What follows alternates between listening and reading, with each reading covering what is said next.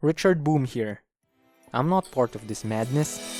Must have been to a higher ground, lifted up to a bed. Hello, fellow truth warriors and seekers of knowledge and everything that is good in the world. This is... I'm not...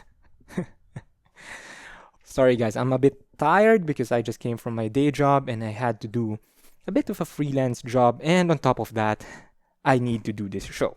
And on top of that, I encountered the most amazing argument that I've heard for the past few days. And by amazing, I mean crazy. I was talking to this guy, and the guy tells me that he wants to start a show against cyberbullying, wherein he is going to cyberbully someone, and he is going to record the bullying, and once it gets too far, he's going to stop, and he is going to show the negative effects of bullying and how bad it is. His reason being is that you need to do the evil that you are fighting in order to show people how evil it is.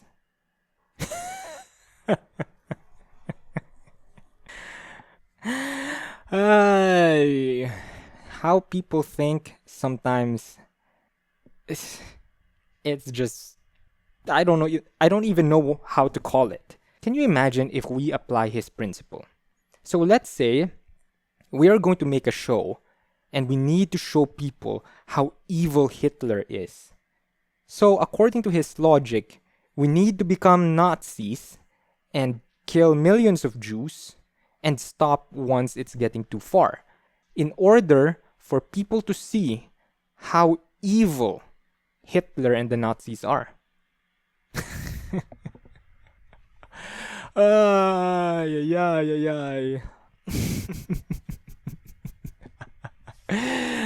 Okay, guys, okay. So, there is a lot of things going on there. People do not think rationally and logically, and they don't think things through. Voila. Because they don't have a standard in which they could judge the validity and the quality of their thoughts and ideas. And that standard that I am referring to is reason, logic, and evidence. And let's just say reason, just to make things simpler. The question is, why do we need to be logical? Why do we need to be rational?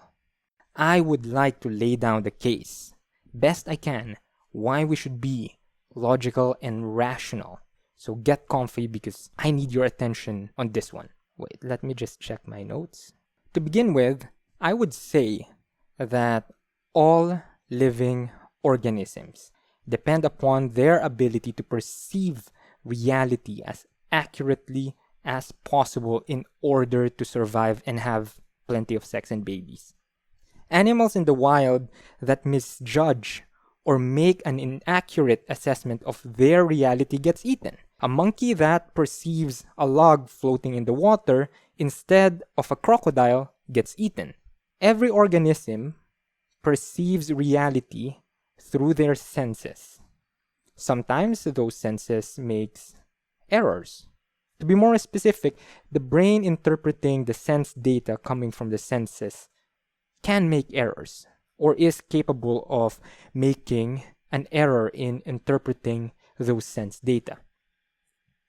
The goal, therefore, of an organism, such as a monkey and such as human beings, is to get rid of as much errors as possible so that they could perceive reality as accurately as possible.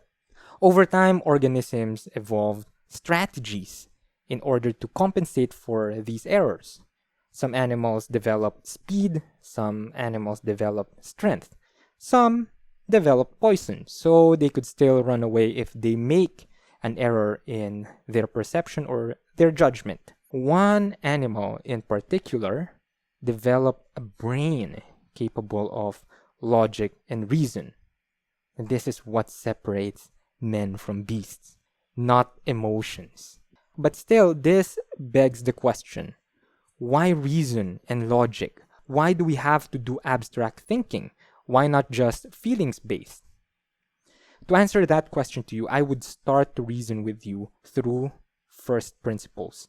Meaning is that we will start with what we know to be true and we are going to reason up from there. I know that it takes more mental energy, more attention, and more time to do this, but this is the best way I know to present my case to you. So, we know that matter is consistent. It has consistency, meaning a banana does not become a monkey every 2 seconds, and my pillow does not magically become Scarlett Johansson. And we also know that cheese does not grow arms and legs to become Jesus Christ. The next thing is that matter has definite properties, meaning a toaster is a toaster, a farting unicorn is a farting unicorn, and Donald Trump is Donald Trump. They all have definite properties that make them what they are. If you have a Donald Trump that has one horn on his forehead and farts rainbows and glitters, that would not be the Donald anymore. That would be something else. Because we know that Donald Trump does not fart rainbows and glitters and does not have a unihorn. The same way a unicorn warming your bread up its ass can't be called a toaster. Because a unicorn that warms up a bread up its ass is not a toaster. Or a farting unicorn for that matter. So matter has definite properties. These properties are not subjective. They are universal, meaning it does not depend upon your cultural or religious beliefs. For example, Scarlett Johansson has one head, 2 arms, a pair of nice tits, and a pair of butt cheeks. If I put Scarlett Johansson in my house, then I put her in a Muslim household, her properties will not change. She will still have big tits, 1 head, 2 arms, 2 legs, and a pair of butt cheeks. Matter is also not self-contradictory, meaning it does not contradict itself. You can't have a morbidly obese person that is skinny at the same time. Doesn't exist. You also cannot have a living dead person. It's a contradiction in terms. Does not exist. Things that are self-contradictory cannot exist. It's like saying a square circle. A square circle does not exist anywhere in the universe at any time and at any given moment. Based on the properties of matter that I just mentioned, and if the physical world that we inhabit is made up of matter, it is therefore safe to conclude that the physical natural world follows the properties of matter. Why is this important? Why am I talking about matter? It is because we perceive reality in the mind. Our senses collect data from the physical natural world and our mind interprets that data so we can have an idea of the world around us. What we perceive as reality through the senses corresponds to what is actually out there. If you're just a brain floating in a jar without any input from the sense data, I doubt if you can perceive anything. Those sense data combine to form concepts, which represents objects both physical and abstract. For example, Scarlett Johansson is physical and sexy is more abstract. But the source of those two concepts or those two ideas in our heads is the physical natural world. If you believe that Scarlett Johansson doesn't exist, it doesn't change the physical reality of her existence. That will just be an error in your mind. You can still bump into her and she could still slap you. A crocodile can still eat you even if you don't see it or you don't believe that the crocodile is in the river that you are swimming in. So I will go back again to what I said in the beginning, is that organisms, in order to survive, need to perceive reality as accurately as possible. In order for our perception or interpretation of that reality in our heads to match the physical world as accurately as possible, we need to avoid errors. And we do that through reasoning and logic. Logic and reason makes sure that the concepts in our head correspond to reality. It is easy to apply logic and reason to concepts in our heads that also exist in the natural world. If, say, you have an idea of the water is cold, you can verify that idea by putting your hand in the water. And you can say, aha, my idea is true and valid that the water is cold. Now, it gets more tricky for metaphysical objects because these objects only exist in our heads. And this is the time when we need logic and reason even more. Because if someone says that God exists, you cannot just, hey, let's produce God in a test tube. You cannot do that. So you need logic and reason in order to prove the truth of that statement, or if that statement corresponds to the physical natural world. Because everything in the world that which we inhabit is matter and energy, or the effects thereof. We can measure the effects of matter or the effects of energy. So we need logic and reason even more to talk about abstract concepts that we can only grasp through our mind. Reason and logic follows or reflects the properties of matter like consistency, universality, and non-contradiction, etc. That is very important because we cannot separate our perception of reality and the metaphysical objects in our heads from the material world. We have metaphysical objects that we treat as material objects. For example, forests.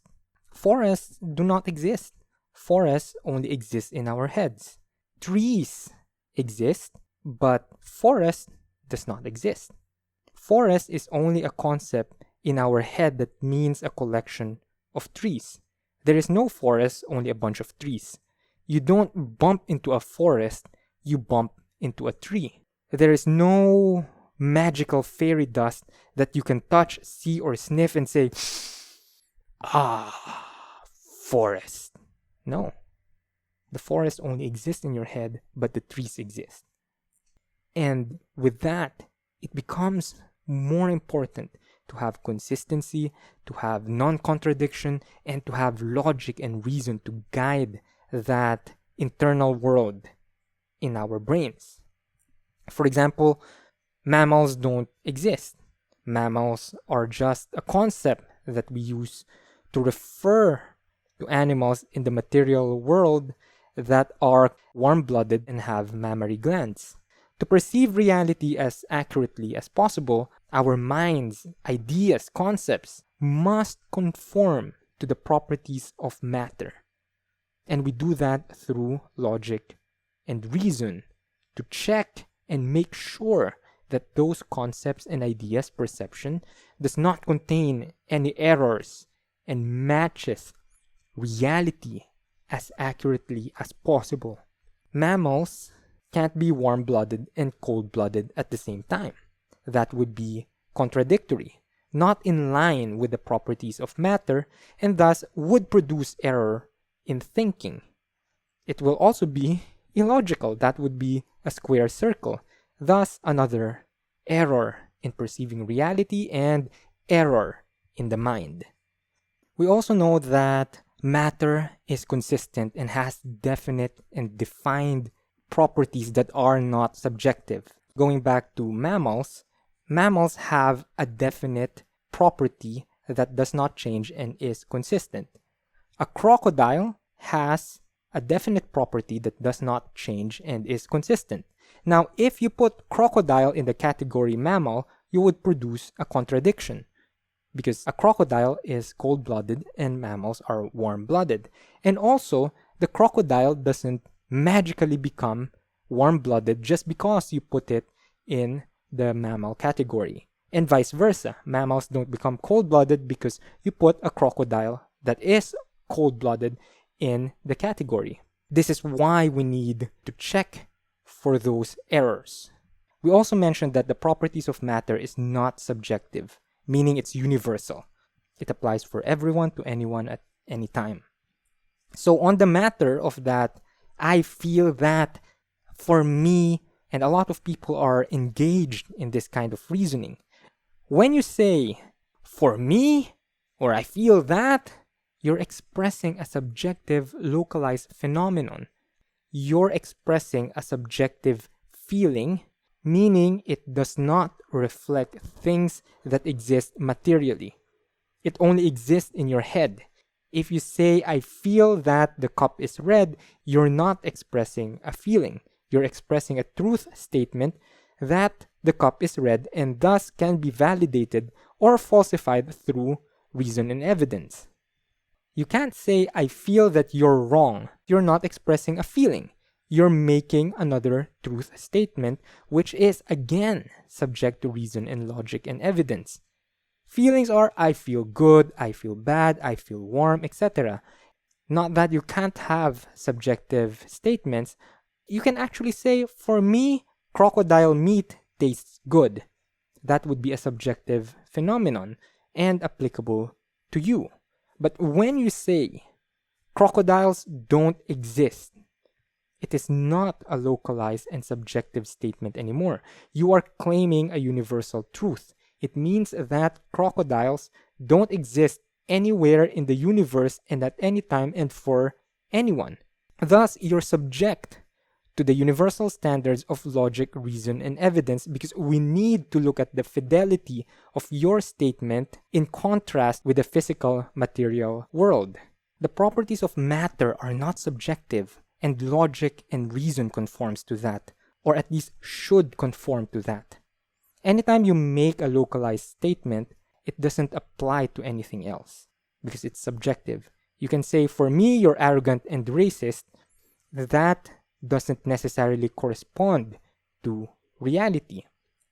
But once you say, you are racist, then that becomes a statement of fact and therefore subject to scrutiny and standards of truth. Meaning it has to be tested if it conforms to reality. If it conforms to reality, we say the statement is true.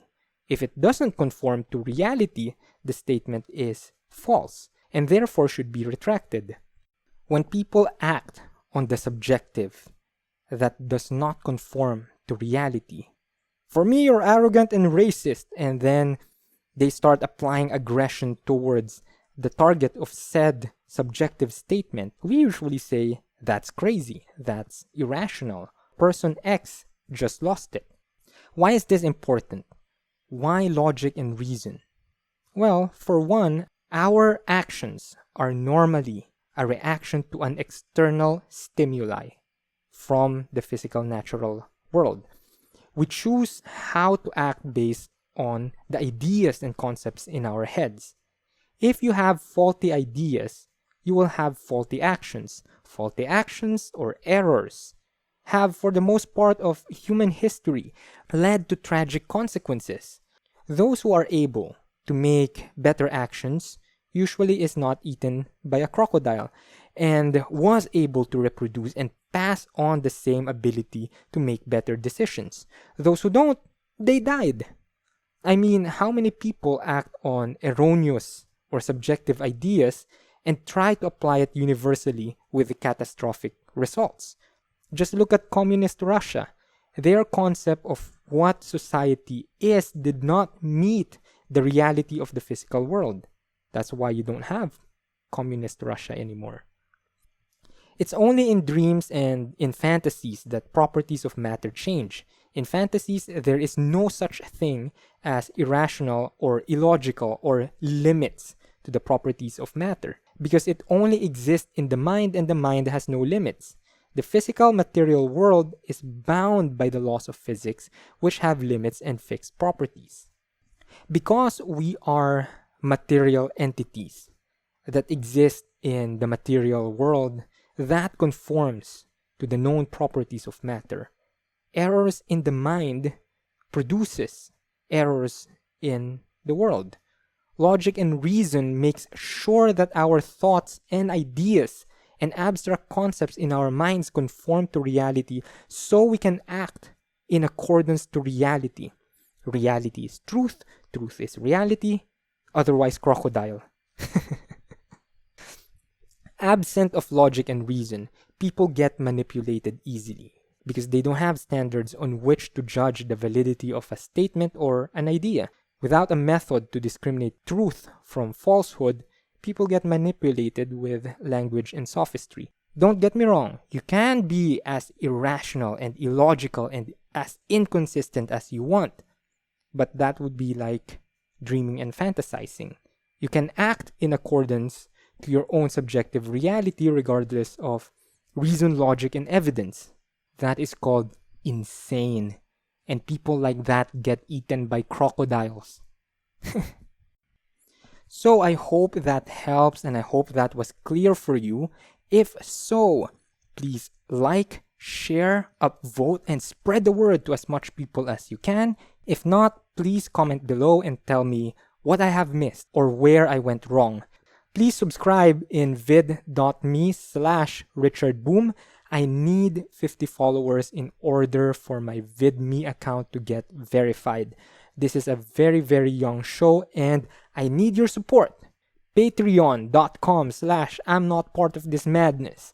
And also find me on Twitter, twitter.com/boomrichard. Also follow me on gab.ai/richardboom, minds.com/richardboom. If you want to get the podcast straight in your phone, subscribe in iTunes. Just search I'm not part of this madness and you're going to find me on iTunes. Thank you and see you soon. Boom.